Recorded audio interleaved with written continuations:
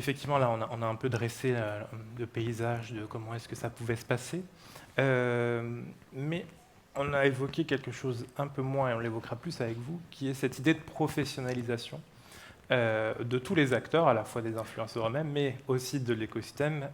Marc, on a vu que chez EDF, on créé un pôle influence en interne, et puis les agences aujourd'hui qui s'hybrident un petit peu, qui se transforment pour accueillir des pôles influence un peu plus conséquents. Comment est-ce que vous définiriez, Pascal, cette professionnalisation de l'influence aujourd'hui ?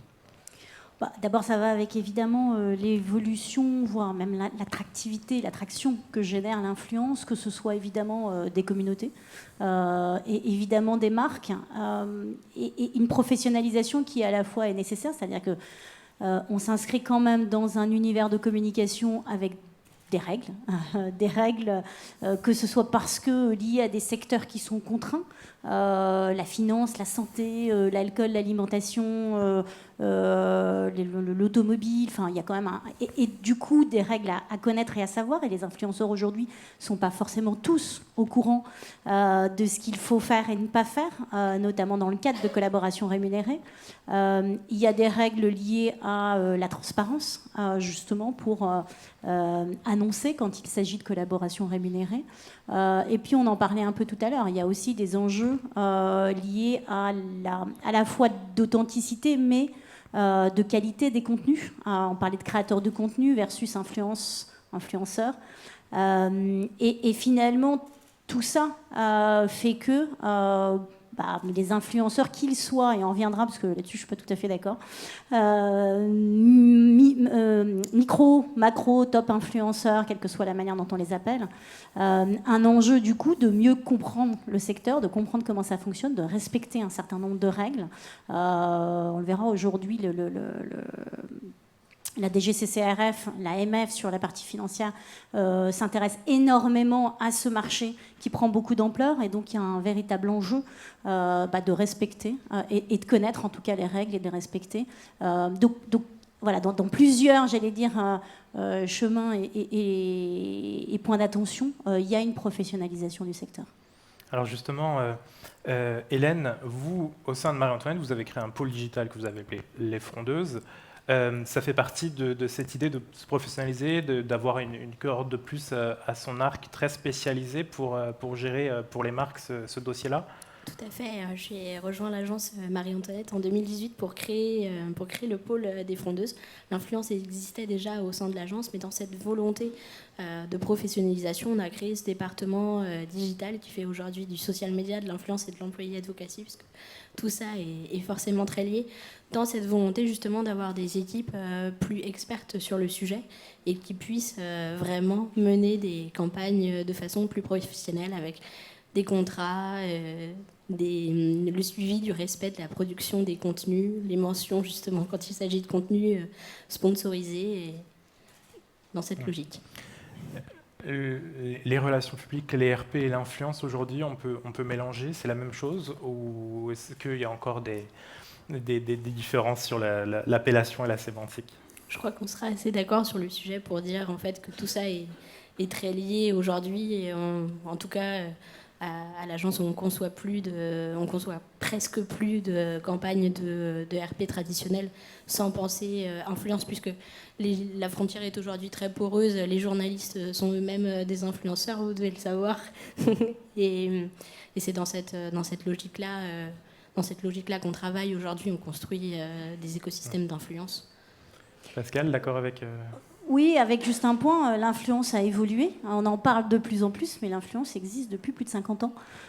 Donc, que ce soit d'un point de vue journaliste, évidemment, mais des influenceurs, des experts qui influencent dans leur domaine et dans leur écosystème, ça existe depuis toujours, en vrai.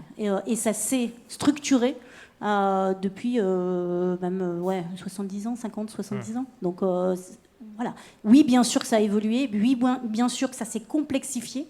Ils en parlaient juste avant nous, des nouvelles plateformes, des nouveaux points de contact, des nouveaux types d'influenceurs, des nouveaux formats. Donc pour le coup, énormément de possibilités, à la fois de créativité, de chemin, de format, hyper intéressant, du rémunéré, du non rémunéré, mais ça existe depuis très longtemps.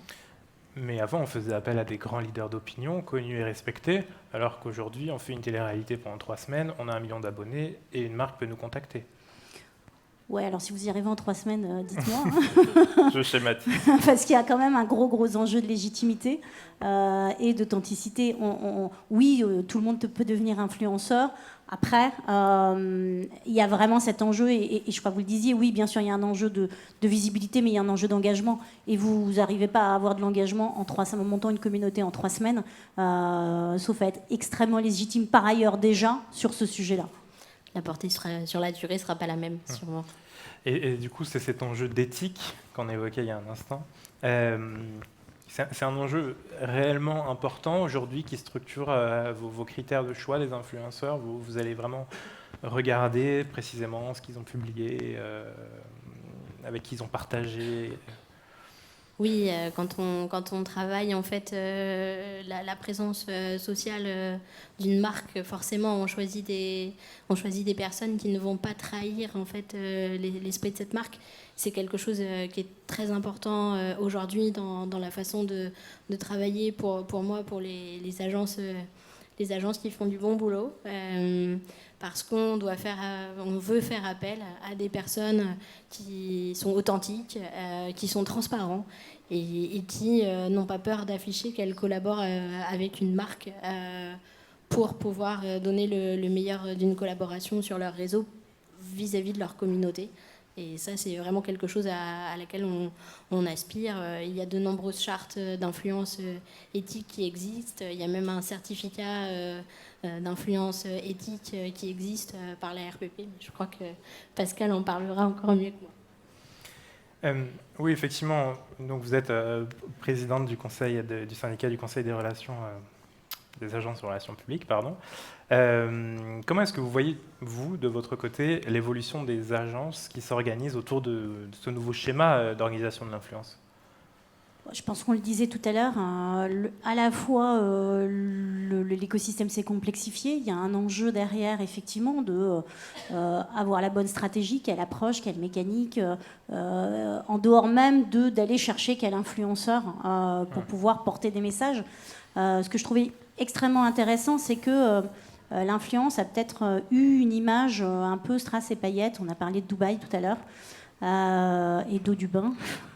Il faut savoir que effectivement, à la fois l'employé advocacy, mais pas que. Aujourd'hui, un influenceur qui se positionne sur un sujet, même s'il accepte d'ailleurs une rémunération ou qu'il le fasse plutôt en décryptage, presque en reportage, parce qu'il a envie de savoir ou parce qu'il a envie de montrer ce qui se passe derrière la scène. Du coup, j'allais dire, derrière tout ça, il y a une compréhension des contenus, du type d'influenceur, il y a de la relation. Il ne faut pas oublier qu'on n'est pas en train d'activer de l'achat média sur lequel on met une bannière, on appuie sur un bouton et puis ça se diffuse partout. Oui, là on parle avec des vraies personnes. Gens, quoi. On parle de gens qui s'adressent à des gens, donc à des communautés sur lesquelles ils font très très attention aussi. Alors soit c'est parce que c'est une ligne édito qui est dans le clash ou dans l'humour, mais malgré tout, ils font quand même très attention à ne pas perdre. Et certains ont eu des collaborations avec des marques sur lesquelles il y a eu une réaction assez négative de la communauté. Certains ont stoppé tout de suite la collaboration avec la marque parce qu'ils avaient plus à cœur de garder leur communauté que de collaborer avec telle ou telle marque. Donc il y a des vrais enjeux derrière de comprendre ces mécaniques-là et de connaître et de comprendre ces influenceurs. Et ce n'est pas uniquement en regardant leurs réseaux sociaux. Pour conclure, on peut évoquer un sujet qui est un sujet important pour tout l'écosystème, qui est celui de la mesure. Comment est-ce qu'on mesure une bonne campagne d'influence quand les chiffres des uns et des autres et des plateformes ne sont pas les mêmes en termes de durée d'écoute, de vues et que sais-je. Est-ce que bientôt on aura un nouveau référentiel plus clair pour le monde de l'influence, Pascal ? Ah, vous faites du teasing.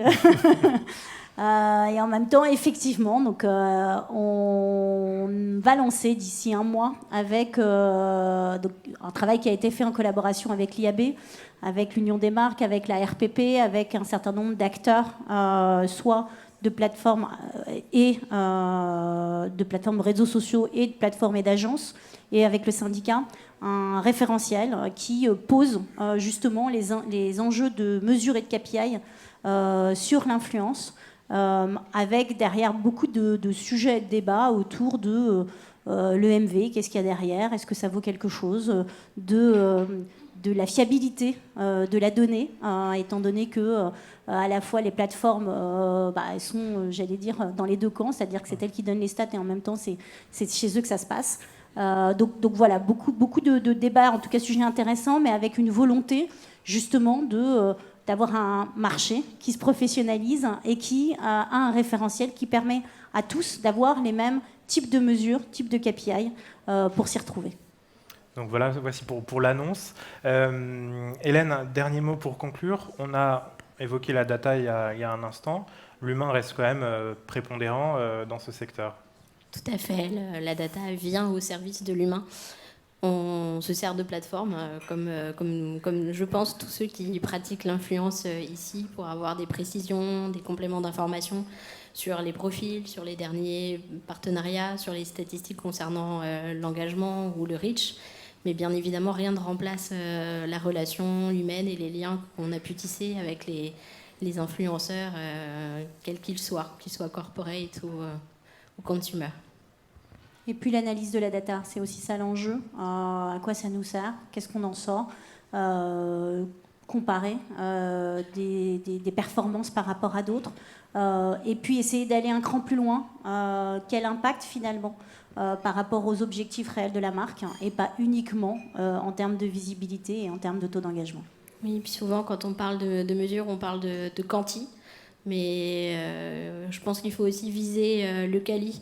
Ce qu'on cherche aussi beaucoup, c'est à voir quelle est la perception des messages de marque, la qualité des contenus qui sont produits, et ça, c'est pas la data. Vous avez bien raison. Merci beaucoup. Peut-être un point, on disait tout à l'heure, on parlait on venait sur la pyramide d'influence avec plus d'engagement sur des micros, beaucoup moins sur du macro.